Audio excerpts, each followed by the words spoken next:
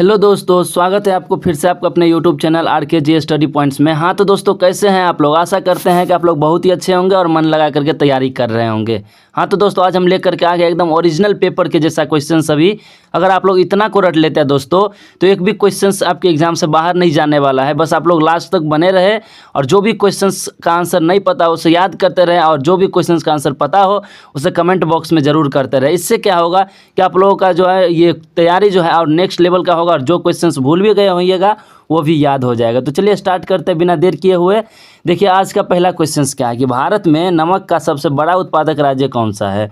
जल्दी बताइए तो कि भारत में नमक का सबसे बड़ा उत्पादक राज्य पूछा जाए तो क्या हो जाएगा? ये गुजरात हो जाएगा। ऑप्शन नंबर बी जो है दोस्तों इसका करेक्ट आंसर हो जाएगा। अगला क्वेश्चन देख लीजिए क्या है कि भारत में सबसे कम वर्षा कहाँ होती है? जल्दी बता दीजिए तो कि भारत में सबसे कम वर्षा कहाँ होती है? तो ये होता है लेह में, Khardungla Leh Bharat. Option number C जो है इसका राइट आंसर होगा। वही पूछा जाए कि भारत में सबसे ज़्यादा वर्षा कहाँ पर होता है दोस्तों? तो मासीन राम में होता है, मासीन राम में।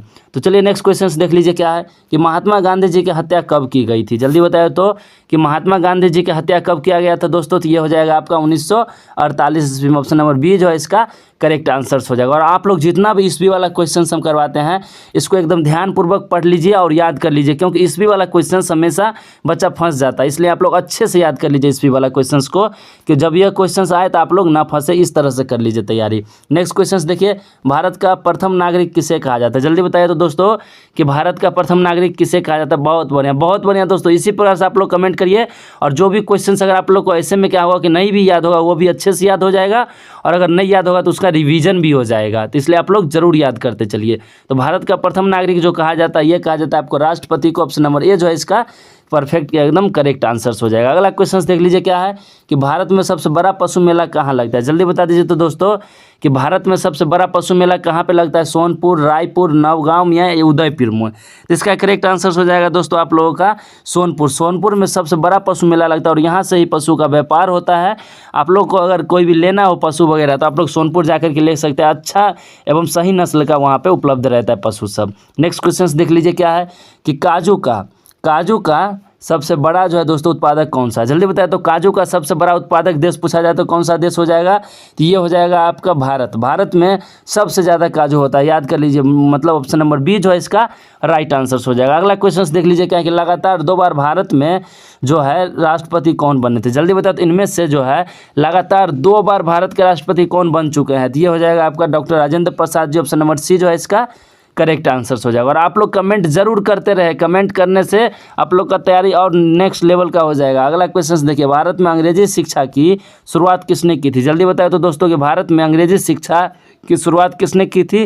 तो ये हो जाएगा आपका मैकाले। ऑप्शन नंबर ए जो है करेक्ट आंसर हो जाएगा। अगला क्वेश्चन देख लीजिए क्या है, भगवान बुद्ध को ज्ञान की प्राप्ति कहाँ हुई थी? जल्दी बताया तो भगवान बुद्ध को ज्ञान की प्राप्ति कहाँ पर हुई थी दोस्तों? तो ये हो जाएगा आपका बोध गया में। ऑप्शन नंबर सी जो है राइट आंसर हो जाएगा। अगला क्वेश्चन देख लीजिए क्या है कि राज्यसभा के सदस्यों का जो है कार्यकाल कितना होता है? जल्दी बताए तो राज्यसभा के सदस्यों का कार्यकाल कितने वर्ष का होता है दोस्तों? तो ये हो जाएगा आपका 6 वर्ष का होता है। ऑप्शन नंबर सी जो है इसका राइट आंसर हो जाएगा। और आप लोग याद कर लीजिए, सेम टू सेम क्वेश्चन आपके एग्जाम में छपेगा ऐसा ही। अगर आप लोग अभी मिस करते हैं तो बाद में जरूर पछताइएगा, इसलिए याद जरूर करते चलिए। नेक्स्ट क्वेश्चन देख लीजिए, फतेहपुर सीकरी को किसने बनाया था? जल्दी बताया तो फतेहपुर सीकरी को किसने बनाया था दोस्तों? ये हो जाएगा अकबर। अकबर जो है फतेहपुर सीकरी का निर्माण करवाया था। ऑप्शन नंबर बी जो है राइट आंसर हो जाएगा इसका। अगला क्वेश्चन देख लीजिए दोस्तों क्या है कि भारत में सबसे ज़्यादा कौन सी भाषा बोली जाती है? जल्दी एकदम फास्ट में बता दीजिए तो आप लोग कि भारत में सबसे ज़्यादा भाषा कौन सी बोली जाती है? तो ये हो जाएगा दोस्तों आप लोगों का ऑप्शन नंबर बी जो है दोस्तों अंग्रेजी नहीं, गलत। ऑप्शन नंबर जो ए करेक्ट आंसर हो जाएगा। ऑप्शन नंबर ए, भारत में सबसे ज़्यादा बोले जाने वाले भाषा हिंदी हो जाएगा। ऑप्शन नंबर ए जो है राइट आंसर हो जाएगा। याद कर लीजिए दोस्तों, हिंदी अगर आप कहीं पर भी बोलिएगा ना तो आप लोग समझ जाएगा वो भाषा, लेकिन अगर आप अलग अलग भाषा बोलते हैं जैसे मैथिली हो गया, अवधी हो गया, उसके बाद मगही हो गया, तो ये सभी जगह जो है दोस्तों कम सम समझता है, लेकिन हिंदी हर एक जगह जो है समझ में आ जाता है। इसलिए भारत में सबसे ज़्यादा बोले जाने वाली भाषा जो हो जाती है वो हिंदी हो जाती है। नेक्स्ट क्वेश्चन देख लीजिए तो क्या है कि 1969 में कितने बैंकों का राष्ट्रीयकरण हुआ था? जल्दी बताए तो कि 1969 में कितने बैंकों का राष्ट्रीयकरण हुआ? तो ये हो जाएगा 14 बैंकों का। ऑप्शन नंबर बी जो है इसका राइट आंसर हो जाएगा। अगला क्वेश्चन देख लीजिए कि भारत का सबसे स्वच्छ शहर कौन सा है। जल्दी बता, तो इनमें से भारत का सबसे स्वच्छ शहर कौन सा है दोस्तों, तो ये हो जाएगा आपका इंदौर। इंदौर जो है ये एक भारत का एकदम स्वच्छ शहर है। बाद बाकी सभी तो आप जानते ही है, इसके अनुसार आप लोग याद कर लीजिएगा। अगला क्वेश्चन देख लीजिए क्या है कि स्वामी विवेकानंद जी का मूल नाम क्या था। जल्दी बता दीजिए तो दोस्तों कि स्वामी विवेकानंद जी का मूल नाम क्या था, तो ये हो जाएगा नरेंद्र नाथ दत्त। ऑप्शन नंबर डी जो है इसका करेक्ट आंसर हो जाएगा। नरेंद्र नाथ दत्त जो है ये स्वामी विवेकानंद जी का एकदम जो है दोस्तों मूल नाम था। अगला क्वेश्चन देख लीजिए क्या है कि मानव में कुल कितने प्रकार के दांत होते हैं। जल्दी बता दीजिए तो दोस्तों कि आप लोग बच्चे से याद करते हुए आ रहे हैं कि मानव में जो है 4 प्रकार के दांत होते हैं, चवर्णक, अचवर्णक, रंध्रक और एक जो होता है कटर होता है। तो आप लोग याद कर लीजिए मानव में जो है 4 प्रकार के दांत, तो ऑप्शन नंबर सी जो है इसका राइट आंसर हो जाएगा। अगला क्वेश्चन देख लीजिए क्या है कि गुप्त समाज की स्थापना किसने की थी। जल्दी बताइए तो कि गुप्त समाज की स्थापना किसने किया था दोस्तों, तो चंद्रगुप्त जी किए थे। ऑप्शन नंबर डी जो है इसका राइट आंसर हो जाएगा। अगला क्वेश्चन देख लीजिए कि इनकलाब जिंदाबाद का नारा किसने दिया था। एकदम फास्ट में बताइए तो आप लोग इनकलाब जिंदाबाद का नारा किसने दिया था, तो ये दिया था Bhagat Singh ji. Option number B जो है करेक्ट आंसर हो जाएगा। एकदम वन शॉट रिवीजन लेकर के आ गए आप लोग के लिए, वन शॉट बहुत ही कम समय में अच्छा खासा आप लोगों को जो है क्वेश्चंस कवर करवा देंगे, जिसमें से कि कुछ ऐसे प्रश्न है जो कि आपके एग्जाम में पूछे जाने की संभावना बनता है। इसलिए आप लोग लास्ट तक बने रहे और जो भी क्वेश्चंस नहीं याद है उसे याद करते चले और ज़्यादा से ज़्यादा संख्या में जुड़ जाए और क्लास को एकदम महत्वपूर्ण बना दीजिए।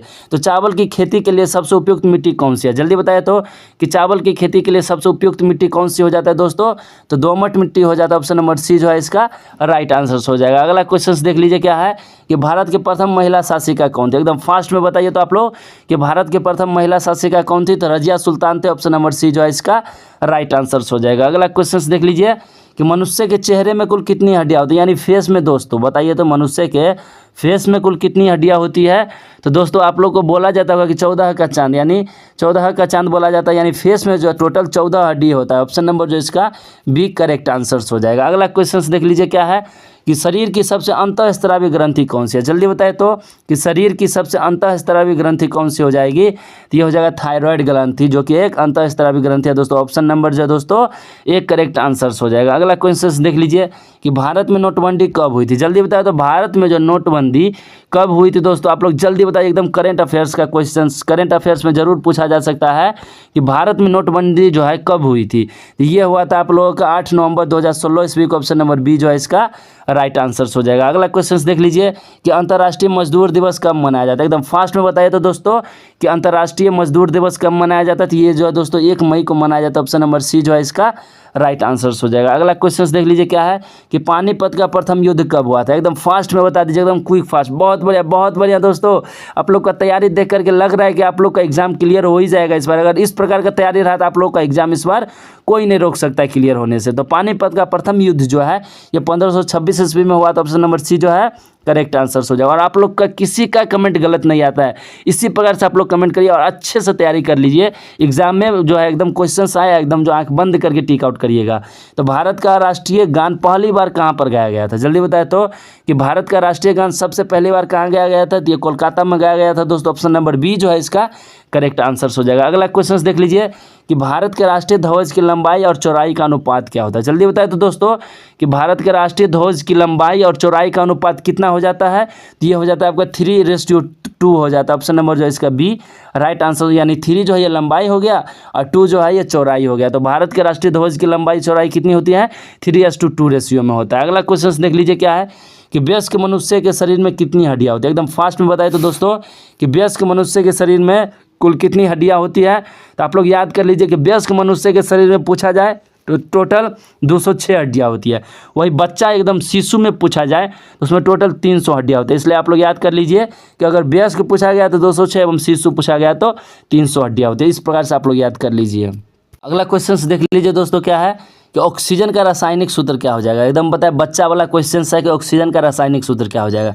तो भली बात है आप लोगों को पता होगा सबका O2 जो है ये ऑक्सीजन का रासायनिक सूत्र हो जाता है। ऑप्शन नंबर सी जो है करेक्ट आंसर हो जाएगा। और हम आप लोग को बता गए कि अगर कुछ भी थोड़ा सा भी तैयारी नहीं है तो हम तुक्का लगाने का आप लोग को एक अच्छा सा ट्रिक बताने वाले हैं। आप लोग जो है एकदम देख ही लीजिएगा उसको कि किस हिसाब से अगर आप लोग का थोड़ा सा भी तैयारी नहीं है तो कैसे आप लोग टिक आउट करिएगा, एकदम एग्जाम पास हो जाइएगा। ज़्यादातर चांस तो बनता है कि पास हो जाने का, लेकिन थोड़ा चांस नहीं भी बनता। इसलिए आप लोग एक बार उस वीडियो को जरूर देख लीजिएगा। अगला क्वेश्चन देख लीजिए क्या है दोस्तों कि न्याय की जंजीर किसे कहा जाता है। जल्दी बताए तो दोस्तों कि न्याय की जंजीर किसे कहा जाता है, तो ये हो जाएगा आपका जहांगीर को। ऑप्शन नंबर डी जो है करेक्ट आंसर हो जाएगा। अगला क्वेश्चन देख लीजिए कि भारत के किस प्रधानमंत्री ने कभी शादी नहीं की थी। जल्दी बताए तो ऐसे कौन से इसमें से प्रधानमंत्री है जो कि कभी शादी नहीं किए थे दोस्तों, तो ये हो जाएगा आपका अटल बिहारी वाजपेयी, जो कि शादी कभी नहीं किए दोस्तों। ऑप्शन नंबर बी जो है इसका राइट आंसर हो जाएगा। अगला क्वेश्चन देख लीजिए क्या है कि भारत का सबसे गर्म राज्य कौन सा है। जल्दी बताइए तो कि भारत का सबसे गर्म राज्य है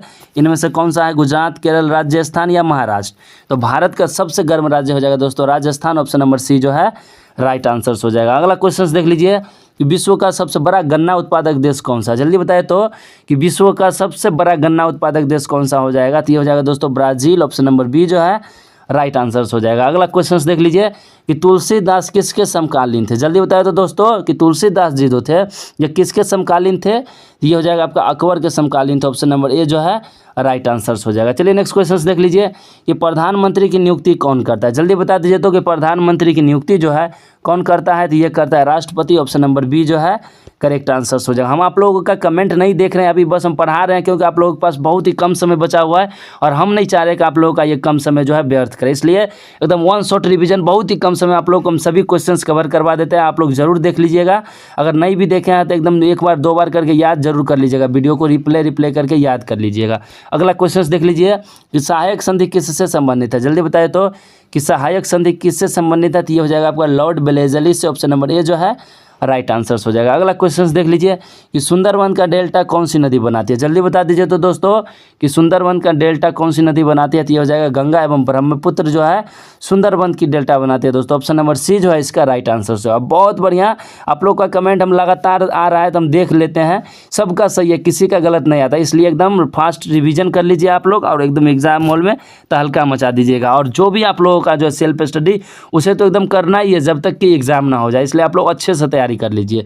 तो भारत में पहला आधार कार्ड कब बनाया गया था। जल्दी बताया तो कि भारत में पहला आधार कार्ड जो है ये कब बनाया गया था दोस्तों, तो ये बनाया गया था 19 सितंबर 2009 ईस्वी को। ऑप्शन नंबर ए जो है राइट आंसर हो जाएगा। बाद बाकी अभी तो आप लोग जानते ही हैं कि कौन कौन सा कार्ड आ गया है, इसलिए आधार कार्ड सबसे पहले तो 29 सितंबर 2009 को बनाया गया, तो उसके बाद बहुत सारे कार्ड बनने लगा दोस्तों, और फर्जी भी बनाया जा सकता है। अगला क्वेश्चन देख लीजिए क्या है कि लाल रक्त कणिकाओं का निर्माण कहाँ होता है। लाल रक्त कणिका बोला जाए तो आरबीसी यानी रेड ब्लड सेल, तो इसका निर्माण कहाँ पर होता है, फॉर्मेशन, तो इसका निर्माण होता है दोस्तों बोन मेरो यानी अस्थि मज्जा। ऑप्शन नंबर सी जो है करेक्ट आंसर हो जाएगा इसका। अगला क्वेश्चन देख लीजिए कि भारत के प्रथम महिला शासिका कौन थी। जल्दी बताया तो दोस्तों कि भारत के प्रथम महिला शासिका कौन थी, तो रजिया सुल्तान थी। ऑप्शन नंबर डी जो है इसका करेक्ट आंसर हो जाएगा।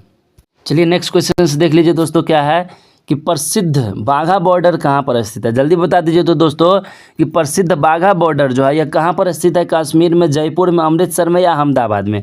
तो प्रसिद्ध बाघा बॉर्डर जो स्थित है दोस्तों ये आपका स्थित है अमृतसर में। ऑप्शन नंबर सी जो है इसका राइट आंसर हो जाएगा। और पूछा जाए कि जालियांवाला बाग हत्याकांड कहाँ पर हुआ था, तो ये भी अमृतसर में ही हुआ था। नेक्स्ट क्वेश्चन देख लीजिए क्या है कि सबरीमाला की श्री अयप्या मंदिर कहाँ पर राज्य स्थित है। जल्दी बताया तो कि सबरीमाला कि अयप्या मंदिर किस राज्य में स्थित है, तो सबरीमाला का अयप्या मंदिर जो है दोस्तों ये केरल में स्थित है। ऑप्शन नंबर बी जो है करेक्ट आंसर हो जाएगा। अगला क्वेश्चन देख लीजिए क्या है केदारनाथ मंदिर उत्तराखंड के किस जिले में स्थित है। जल्दी बताइए तो कि केदारनाथ मंदिर जो है ये उत्तराखंड, देखिए क्वेश्चन से आंसर पता चलता है कि केदारनाथ मंदिर कहाँ पर है, तो ये उत्तराखंड में है।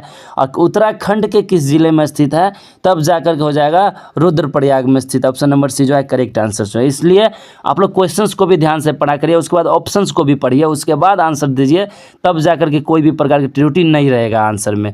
तो केदारनाथ का मंदिर देखिए यहाँ पर केदारनाथ का मंदिर तो उत्तराखंड के किस जिले में है, तो रुद्रप्रयाग में। अगला क्वेश्चन देख लीजिए कि ढोकला भारत के किस राज्य का व्यंजन है। जल्दी बताइए तो दोस्तों कि ढोकला भारत के किस राज्य का व्यंजन है, तो ये हो जाएगा आपका गुजरात का। गुजरात में ढोकला प्रसिद्ध है दोस्तों, इसलिए ढोकला गुजरात का व्यंजन है। नेक्स्ट क्वेश्चन देख लीजिए कि मृगनयनी का महल कहाँ स्थित है। जल्दी बताइए तो मृगनयनी का महल किस जगह पर स्थित है दोस्तों, तो ग्वालियर में हो जाएगा। ऑप्शन नंबर सी जो है इसका राइट आंसर हो जाएगा। अगला क्वेश्चन देख लीजिए कि भारत की पहली जो है स्वदेश निर्मित रंगीन फिल्म कौन सी थी। जल्दी बताए तो कि भारत की पहली स्वदेश निर्मित रंगीन फिल्म कौन सी थी दोस्तों, तो ये हो जाएगा आपका किसान कन्या। किसान कन्या जो थी एक भारत की सबसे पहली निर्मित रंगीन फिल्म थी। अब जाकर के तो कितना रंगीन फिल्म आने लगा जिसका तो कोई जवाब नहीं, लेकिन पहले पूछा जाए तो किसान कन्या हो जाएगा। अगला क्वेश्चन देख लीजिए क्या है कि उलटबंसी किस भक्त कवि का विशिष्ट योगदान है। जल्दी बताए तो उलटबंसी किस भक्त कवि का विशिष्ट योगदान है, तो ये हो जाएगा आपका